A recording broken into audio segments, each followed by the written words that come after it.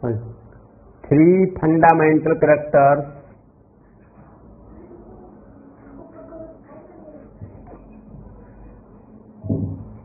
कोडेट्स पढ़ रहे थे अपन, और इस कोडेट्स के 3 फंडामेंटल कैरेक्टर्स कौन कौन से हैं वो अपन पढ़ेंगे।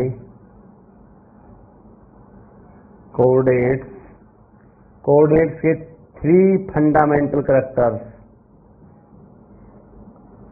3 fundamental characters, fundamental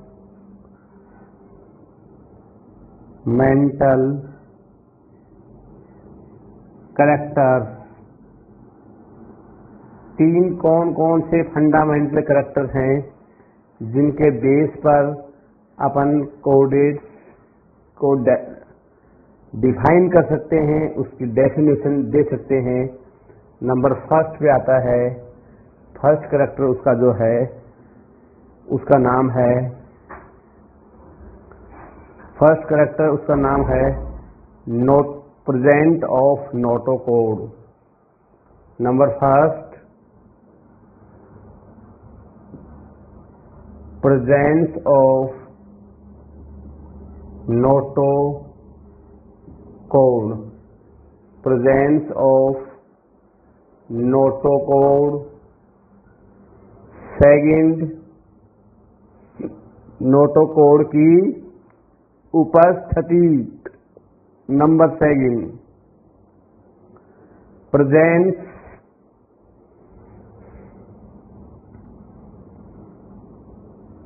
presence of dorsal hollow tubular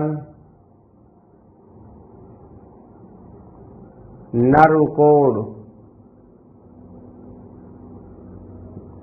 presence of dorsal hollow tubular nerve cord। Then third character is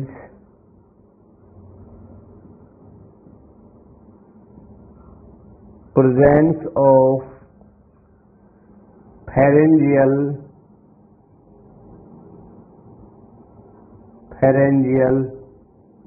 gill slits, presence of pharyngeal gill slits। 3 लक्षण हो गए नोटोकोड की उपस्थिति, dorsal hollow tubular nerve cord. Dorsal surface में होगा, होलो खोखला होगा, tubular tube के समान स्ट्रक्चर होगी, नर्व कोड पाई जाएगी। और नंबर 3 पे है presence of pharyngeal gill slits. Okay, ये 3 लक्षण उसके अंदर पाए जाएंगे। अब बात ये करते हैं ये 3 कैरेक्टर्स किस तरह से एनिमल की बॉडी के अंदर पाए जाते हैं, वो अपने को देखने हैं।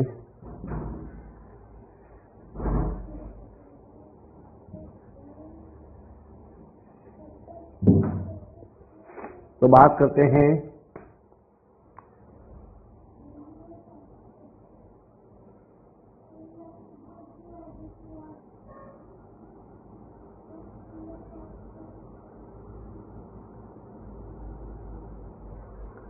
ये एनिमल्स की भ्रूणीय अवस्था होती है, और इस भ्रूणीय अवस्था में एक रोड के समान, सॉलिड रोड के समान, या यूं कह दें एक मोटी रस्सी के समान स्ट्रक्चर पाई जाती है जो नोटोकोड कहलाती है। ये नोटोकोड है।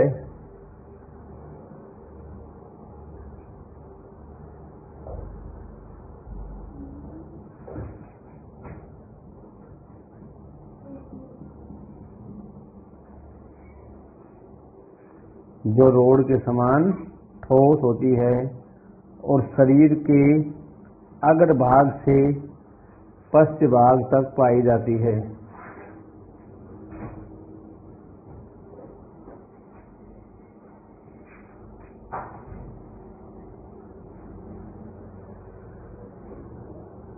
उसके बाद में नंबर 2 पे है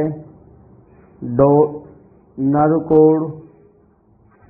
नरकोड़ ये है, क्योंकि नोटोकोड़ के जस्ट ऊपर है इसलिए डोर्सल कहलाएगी, खोखली है हॉलो कहलाएगी, और ट्यूब से एक ट्यूब लाइक स्ट्रक्चर इसलिए ट्यूबुलर। नरकोड़ ये नोटोकोड़। नोटोकोड़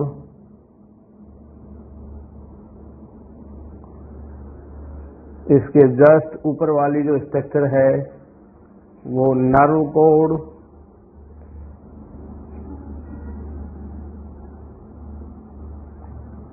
नरकोड़ और सब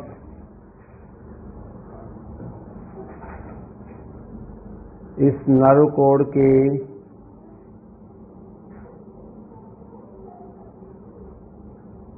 पास पाए जाने वाली स्ट्रक्चर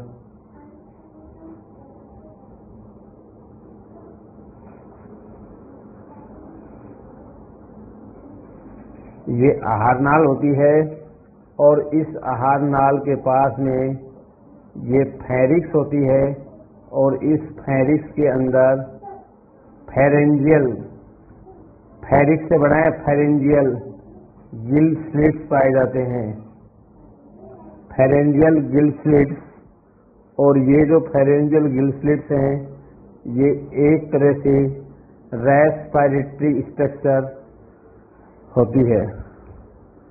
ये तीनों के तीनों कैरेक्टर हैं, ये भ्रूणीय अवस्था में पाए जाते हैं। 3 characters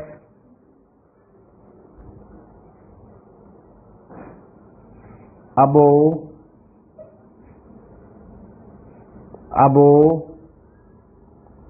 3 characters are above 3 characters are present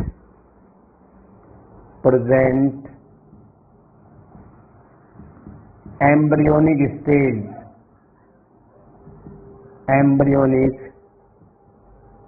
stage of animal. These are called animals. These are called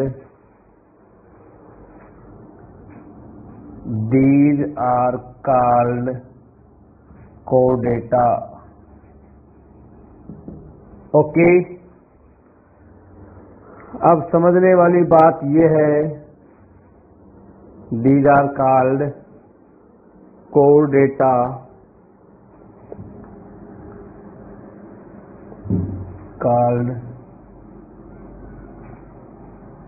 chordata.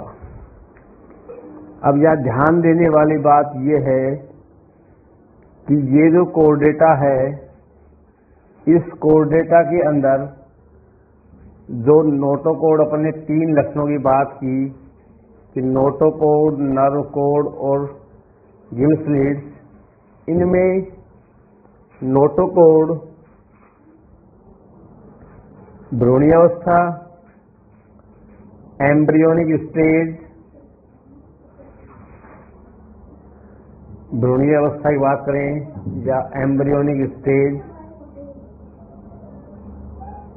और इधर करें एडल्ट की स्टेज, तो दोनों में क्या डिफरेंस है। तो भ्रूणीय जो अवस्था होती है, भ्रूणीय अवस्था जो होती है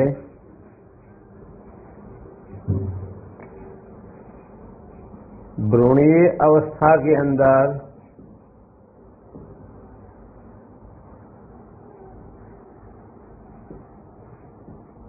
भ्रूणीय अवस्था में नोटोकोड पाई जाती है, नोटोकोड भी मिलती है, नरकोड भी पाई जाती है, और गिल स्लिट्स भी मिलते हैं। गिल स्लिट्स भी पाए जाते हैं, लेकिन जैसे ही जीव एम्ब्रियो स्टेज से एडल्ट स्टेज में जाएगा तो notochord replace by vertebral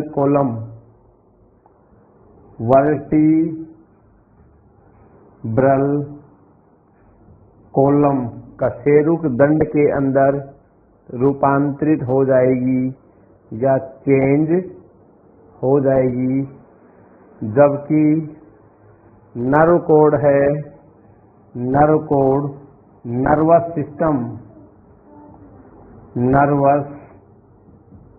system के अंदर विभेदित हो जाएगा और नर्वस सिस्टम आगे जाकर ब्रेन का निर्माण करेगा। किसका निर्माण करेगा? ब्रेन, मस्तिष्क का निर्माण करता है। नंबर 3 क्या आया? Gill slits. ये जो गिल स्लिट्स होते हैं, ये गिल स्लिट्स एडल्ट स्टेज में जाकर गिल्स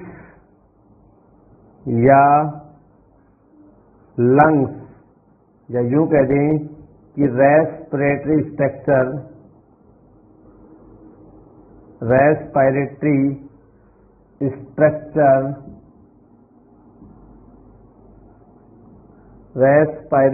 स्ट्रक्चर में चेंज हो जाते हैं। ठीक है, तो इस प्रकार से ये कोड डेटा का एक ओरिजिन हो गया, इसका एक फंडा हो गया है। Okay, thanks.